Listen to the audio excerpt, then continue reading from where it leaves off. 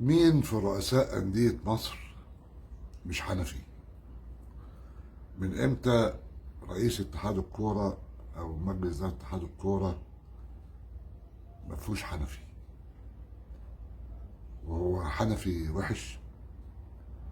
القصة النهاردة إنه بقت في عوامل وأمور بتؤثر في اتخاذ القرار، يا إما تاخد قرار صح وتعدي، يا إما تاخد قرار غلط وتضرب في الحيط، أو تاخد قرار صح فينضغط عليك أيها رئيس النادي جميع رؤساء أندية مصر كبيرها وصغيرها دون استثناء حنفي. وإذا حبينا نرجع لورا ونشوف حنفي ولا مش حنفي في كتير من القرارات، بنلاقي إن ياما هذا رئيس النادي خد قرارات وتراجع فيها لما اتهم بأنه حنفي، أو انضغط عليه بالسوشيال ميديا وقالوا كلام كتير فيه انه حنفي. اتحاد الكورة ياما خد قرارات وتراجع فيها حنفي. هي القصة كلها يعني انه الدنيا اتغيرت، وبقى المسؤول في الكورة او في الرياضة في مصر وهو بياخد القرار بيفكر في حنفي. يا ترى القرار ده هينضغط عليا، واذا ضغطت وكملت ورجعت ومش عارف ايه. حنفي كل رؤساء الانديه. واللي حبيته نرجع لورا ونجيب الورقه والقلم كيف اصبح يعني حنفي هو عنوان كتير من القرارات في الساحه.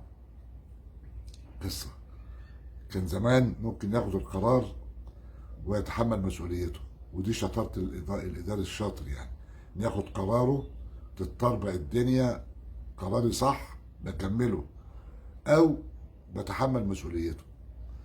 وهنا برضو لازم ارجع واقول انه حنفي مش وحش، يعني المسؤول اللي ياخد قرار ويرجع فيه ده فيه مصلحة، لانه القرار النهاردة ممكن بعد كم يوم او بعد اسبوعين بعد شهر بتحصل تغيرات معينة فبتؤدي ان يعني المصلحة ان انا ارجع في كلامي. وعلى فكرة مش عيب اطلاقا يعني انه، لكن مسألة ان انا اتخض لما اخد قرار والاقي الدنيا بتتكتكب حواليا فافضل الوش يمين وشمال وارجع في كلامي عشان قالوا عليا حنفي.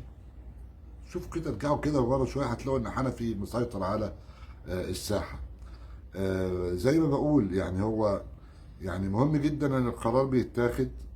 ياما قرارات اتخذت في الآونة الأخيرة وفي الكام سنة اللي فاتوا وبضغوط السوشيال ميديا بتبقى كارثة. وبقى دخلنا في موال جديد النهاردة، ممكن تلاقي الضغوط بتجيلك من حيث لا تحتسب.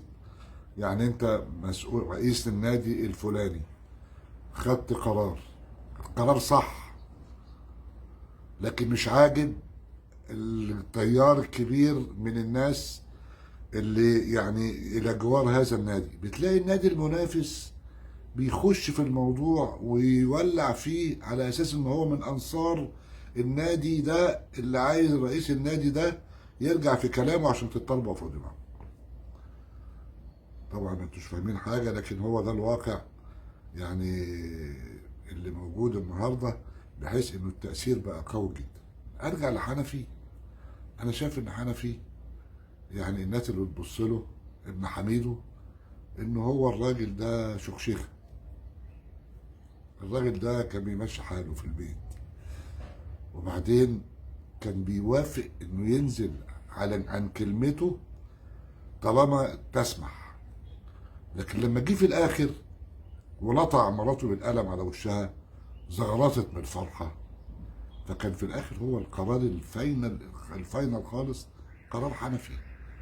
لما جوز بقى ابن حميد والحميده وحسن خطف الصاروخ الجميل هند رستم، وكانت النهايه السعيده في فيلم ابن حميد. فهو حنفي مظلوم، حنفي مظلوم، لان حنفي شخصيه عاديه جدا ممكن ياخد قرار يصيب وقرار يخيب. الشطاره انه ياخد القرار الصح في الوقت المناسب زي حنفي ويتمسك بيه. لكن ان الامور تمشي ان كل مسؤول ياخد قرار ويفكر ان هو يعدله او يرجع فيه عادي جدا، دي بقت كارثه كبيره. الكارثه الاكبر ان انا انصاري لما يضغطوا عليا النهارده بقى في حاجه جديده، انصاري بيضغطوا عليا عشان ارجع في كلامي، فبتلاقي النادي المناهض لحضرتك بيخش هو كمان يضغط عليك على اساس ان هو من انصار حضرتك، فبتلبس في الحيط. فيعني آن الاوان ان احنا يعني نبرأ حنفي من كل الاتهامات الموجهه اليه، خصوصا اذا كان قرار حنفي صح. ويبقى العيب على حنفي انه يتردد او يخاف او يتخض. لو هو شايف انه هيرجع في كلامه صح، اتفضل يرجع، مفيش اي مشكله.